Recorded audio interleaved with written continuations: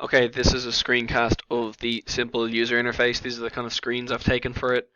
I know I was supposed to show that the application running on the device, so here it is. I didn't take the second one, but if you enter the message, whatever message you enter, and you click send, that then comes out. I actually did this a few days ago, so I don't know how concise my screencast is going to be, but effectively I started here. Here's the base code. I think this is just me adding in the button. Yeah, that's what this is. This is just me adding in the button. And I think that gives us this screen. Yeah, so I added in this button on the hello world thing is still there that we can see. I think then what I moved on to doing is actually that looks exactly the same. Oh no, I think it's the I've changed how the button fits, right? If we go back, yeah, I've changed a little bit about how the button fits.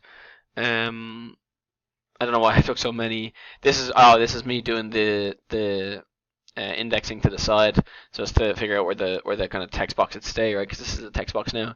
Yeah, so I think the first screens were just I put the button in with the hello world just to see if I could get it to do that. I had no idea what I was doing, by the way. So I just got the button into the phone. I was pretty proud, I suppose, of that achievement. And this is me putting in the actual text box. I presume this is the one I use, and I'm gonna link the button to it now. Yeah, I remember doing this.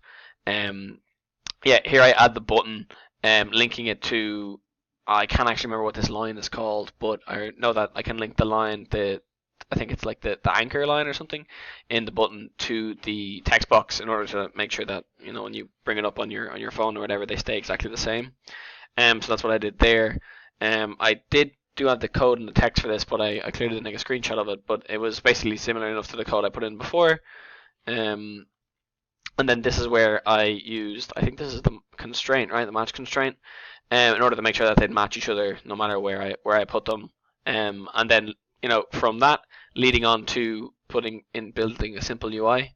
I know the question told me I should take like no more than 5 minutes for this, but I kind of feel like it's fairly simply explained. It wasn't the most complicated of code to do. Once I figured out about the button in, I guess it was just a matter of moving around the boxes. Fairly easy. Actually fairly good kind of starter thing. And yeah, I don't know if you have any questions about it. Give me an email. Thanks.